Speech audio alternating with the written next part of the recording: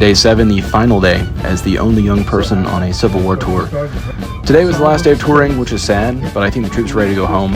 The trip did end on a high note, as you'll see in a moment, but we started off at Sailor's Creek Museum, which was one of the last real battles in the Eastern Theater. After this, Lee's army had to continue their desperate fleet to North Carolina, but Grant caught up with them, and Lee had to surrender at our next location, Appomattox Courthouse. Like Lee, I had a bad time at Appomattox Courthouse, although for probably different reasons. I was fully infected with the sickness that was going through camp, and I couldn't help but feel like if I had been in the war, I probably just would have been another statistic. But I did have emergency Dayquil, clean water, AC, so I will be fine. Nonetheless, I did feel poor, and like those who met there, I was pretty pleased that things were coming to an end.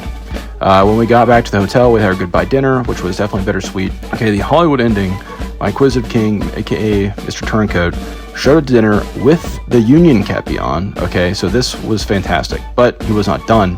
Our guide and our manager gave very nice remarks about the trip and the group, and then they opened up the floor to, I think they were saying for questions, but our king stands up, faces the crowd, and gives an incredibly impassioned speech to the group about his experience as an immigrant, how much he loved America, and how January 6th was treason, and we needed to safeguard our democracy.